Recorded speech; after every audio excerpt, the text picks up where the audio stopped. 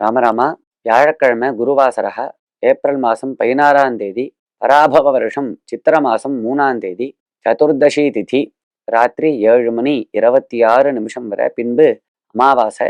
நட்சத்திரம் உத்திரட்டாதி நட்சத்திரம், பகல் 12 மணி 56 நிமிடம் வரை, பின்பு ரேவதி நட்சத்திரம். மாகேந்திர யோக பத்ராகரணம். ராகுகாலம் மதியம் 1:30 மணி முதல் 3 மணி வரை. யமகண்டம் கார்த்தால 6 மணியிலிருந்து 7:30 மணி வரை. சித்திரை அமாவாசை புண்ணிய காலத்தின் சிறப்பை பற்றி கூறவும்.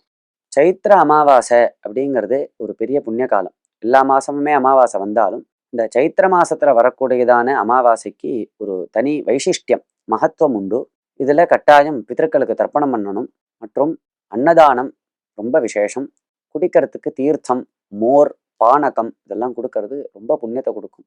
அதிலும் வெயில்ல வாடக்கூடியதான ஏழைகளுக்கு, போலீஸ்காரர்கள் அவெல்லாம் வெயிலே நின்றுண்டு பல மணி நேரம் வெயில்ல நின்றுண்டு எல்லாருக்கும் வழி காமிச்சுருக்கா. அரசாங்கத்துக்கு உத்தியோகம் பண்றா.